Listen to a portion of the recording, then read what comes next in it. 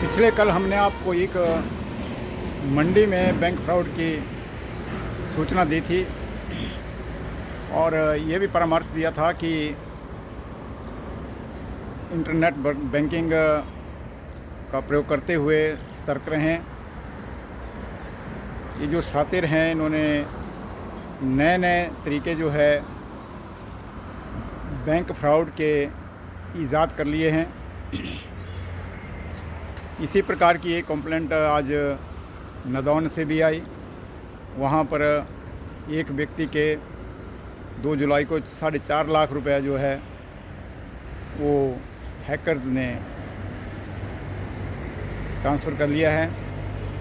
और उनका एक और बात कहने की थी कि बैंक वाले कंप्लेंट के ऊपर कार्रवाई नहीं कर रहे हैं और न ही उनको कोऑपरेट कर रहे हैं। इस प्रकार की शिकायतें बहुत जगहों से मिल रही है कि बैंक जो है फ्रॉड होने के उपरांत कस्टमर्स को कोऑपरेट नहीं कर रहा है, जिसकी वजह से ये फ्रॉड जो है बढ़ते जा रहे हैं। क्योंकि लोग ज़्यादातर इसकी जो रेमेडी है उससे अनभिज्ञ हैं। पिछले 4 महीनों में ही 2024 की साल में 7.5 लाख बैंक में साइबर क्राइम हो चुका है और 2023 में ये आंकड़ा 16 लाख था लगभग। अरबों रुपया लोगों का डूब गया इन बैंकों में और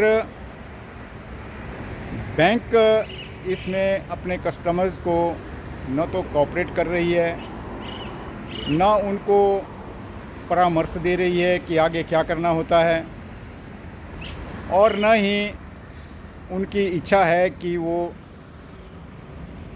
बैंक जो है इस पैसे को उन ग्राहकों को वापस करें। पिछले कल की ही मैं बात बताऊं आपको, जिसका 7.5 लाख के लगभग पैसा गया। बैंक वाले उसको कंपेल कर रहे थे कि आप ये लिख कर दे दो कि मेरी गलती हुई है,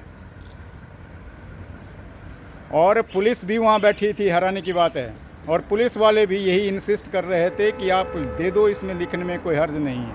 आप सोचिए, अगर रक्षक ही भक्षक बन जाए तो फिर रक्षा करेगा कौन?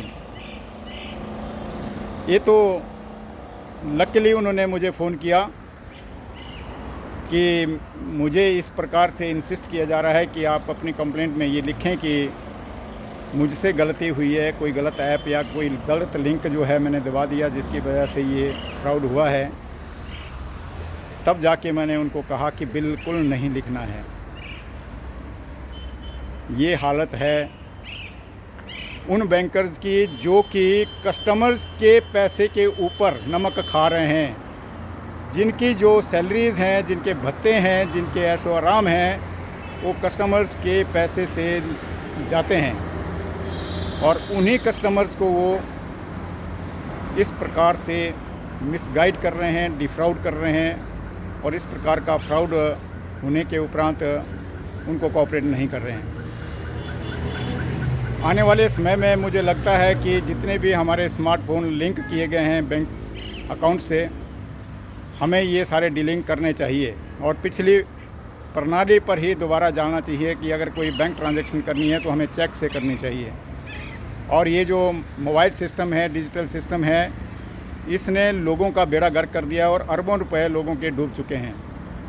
इसलिए इसके ऊपर लोगों को सोचना चाहिए कि आने वाले समय में इस बैंकिंग सिस्टम के ख़िलाफ़ एक ऐसा ओपिनियन खड़ा किया जाए ताकि हम अपने पैसे की रक्षा कर सकें। जो हार्ड मनी लोगों ने बैंक में इसलिए रखा होता है ताकि हमारा पैसा वहाँ सुरक्षित रहे। अगर वहाँ भी पैसा सुरक्षित नहीं है तो इन बैंकों के ऊपर ताले लगा देने चाहिए। Thank you.